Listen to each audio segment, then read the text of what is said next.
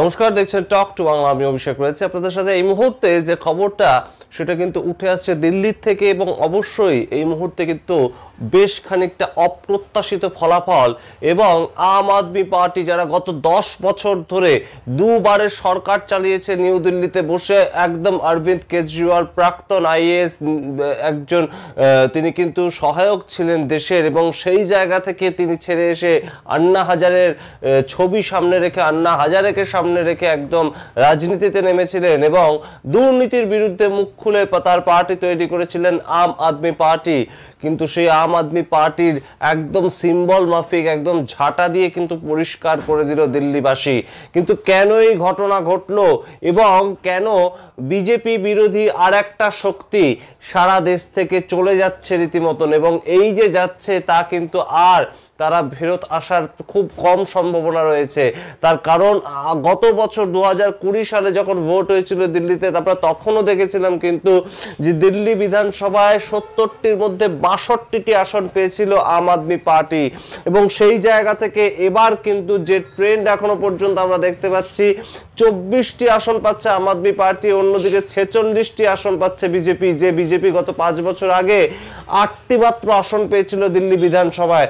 সেই প্রশ্নটা কিন্তু উঠেই আসছে যে তাহলে কোন কোন জায়গায় বিজেপি একদম মাথ দিল আম আদমি পার্টিকে। সেই প্রশ্নগুলো যখন আসছে তখন আমরা উত্তর খোঁজার চেষ্টা করেছিলাম, এবং আমাদের কাছে কিন্তু উঠে এসছে বেশ কিছু তথ্য। ঠিক যেমন দুর্নীতি প্রসঙ্গ, যে দুর্নীতিটাকে সামনে রেখে দুর্নীতি মুক্ত একটা সরকার তৈরি করার স্বপ্ন দেখিয়েছিলেন অরবিন্দ কেজরিওয়াল, সেই দুর্নীতি মুক্ত সরকারের মাথায় বসে তিনি প্রথম যেটা করলেন, একটা শীষ মহল তৈরি করলেন।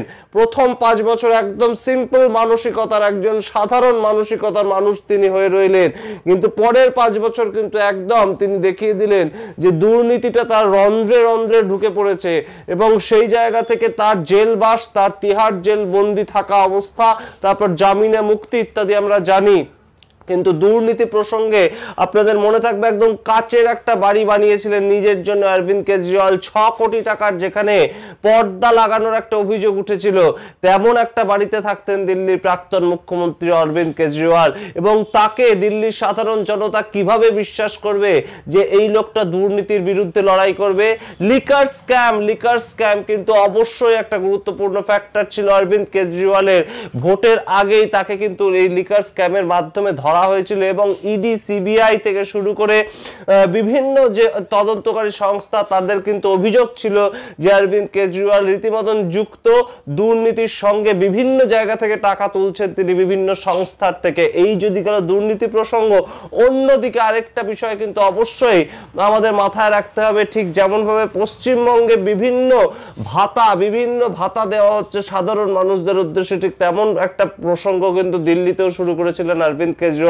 আমরা কয়েকদিন আগেই খবর করেছিলাম, আপনাদের মনে থাকবে, যে দিল্লিতে ইমামদের ভাতা এবং তার পাশাপাশি পুরোহিতদের ভাতা মাসে 18,000 টাকা করে দিতে পারে অরবিন্দ কেজরিওয়াল সরকার যদি এবারে ক্ষমতায় আসে, এমন একটা ঘোষণা তারা করেছিলেন। কিন্তু ভাতা রাজনীতি যে খুব একটা বেশি দিনের জন্যে স্থায়ী হতে পারে না, সেটা কিন্তু আরো একবার দিল্লি প্রমাণ করে দিল। এবং সেই জায়গা থেকে দিল্লির যে সমস্ত স্বপ্নগুলো দেখিয়েছিল অরবিন্দ কেজরিওয়ালের সরকার, সেটা কিন্তু কোনোভাবেই হয়তো মানুষের মন ছুঁতে পারেনি, এবং সেই জায়গা থেকে কিন্তু দিল্লিতে একদম পর্যদস্তু হয়ে সরকার থেকে বিদায় নিতে চলেছে আম আদমি পার্টি। এবং আপনাদের জানিয়ে রাখি, এখনো পর্যন্ত যা ট্রেন্ড, তাতে কিন্তু দিল্লিতে বিজেপি সরকার তৈরি করবে, এবং সেটা কিন্তু এখন 7-8 রাউন্ড গোনা হয়ে গিয়েছে। ঠিক তেমনভাবে আমরা দেখলাম কিন্তু আরেকটা বড় ফ্যাক্টর ভোটের ক্ষেত্রে কাজ করলো, সেটা কিন্তু হিন্দুত্ববাদী ভোটটা কিন্তু একত্রিত হলো, এবং বিজেপির ক্ষেত্রে কিন্তু হিন্দুত্ববাদী ভোটটা একসাথে পড়ে একদম রীতিমতন বিজেপি বিভিন্ন জায়গায় জিততে পারলো, এবং সেই জায়গাটা কিন্তু বেশ খানিকটা ভাবাচ্ছে এই মুহূর্তে পশ্চিমবঙ্গকে। তার কারণ হিন্দুত্ববাদী ভোট যদি পশ্চিমবঙ্গেও দিল্লির মতন একত্রিত হয়ে যায়, তাহলে কিন্তু সেই ক্ষেত্রে শুভেন্দু অধিকারী বারবার যেটা ইন্ডিকেট করছেন, পশ্চিমবঙ্গেও কিন্তু একদম ভয়ের রীতিমতন কারণ রয়েছে। এবং আমরা আপনাদের একবার জানিয়ে দিই যে পশ্চিমবঙ্গেও কিন্তু বিজেপি আর তৃণমূল কংগ্রেস, প্রধান বিরোধী শক্তি এবং শাসক দলের মধ্যে যে ভোটের একটা ডিফারেন্স, সেটা কিন্তু খুব বেশি নয়, 4 থেকে 4.5%।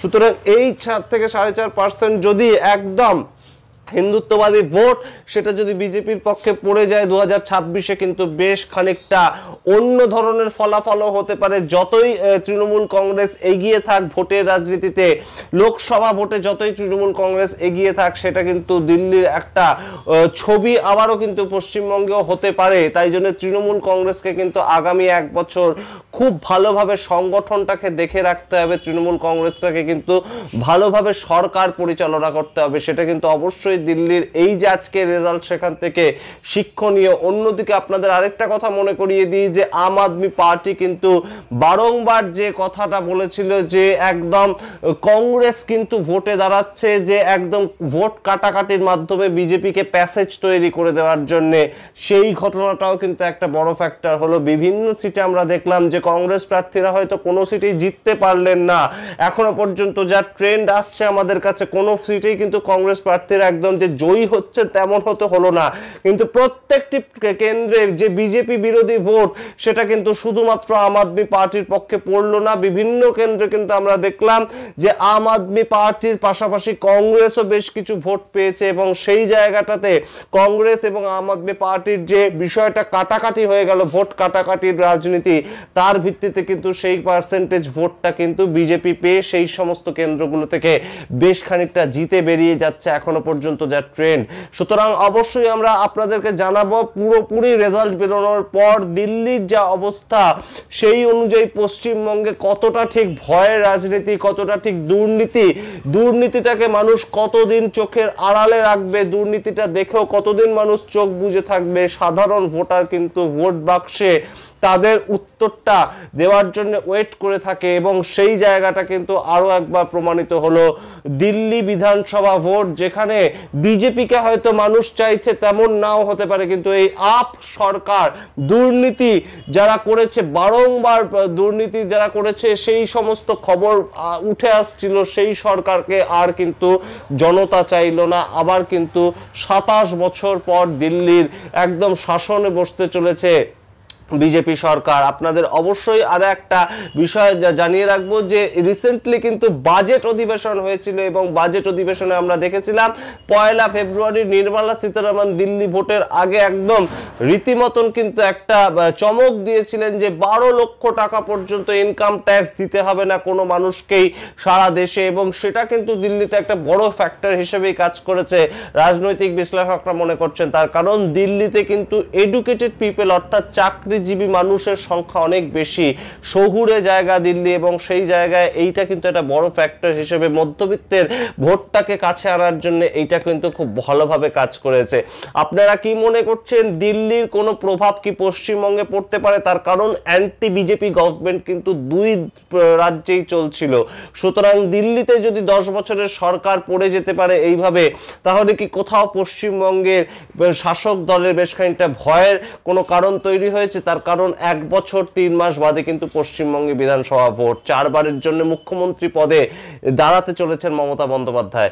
আপনারা কি মনে করছেন, কি পশ্চিমবঙ্গের হাল হাকিকাত, দিল্লির কোনো প্রভাব কি পশ্চিমবঙ্গে পড়তে পারে? আমাদের কমেন্ট বক্সে অবশ্যই কমেন্ট করে জানাবেন। ভুলবেন না টক টু বাংলা ইউটিউব চ্যানেলটিকে সাবস্ক্রাইব করতে। ধন্যবাদ।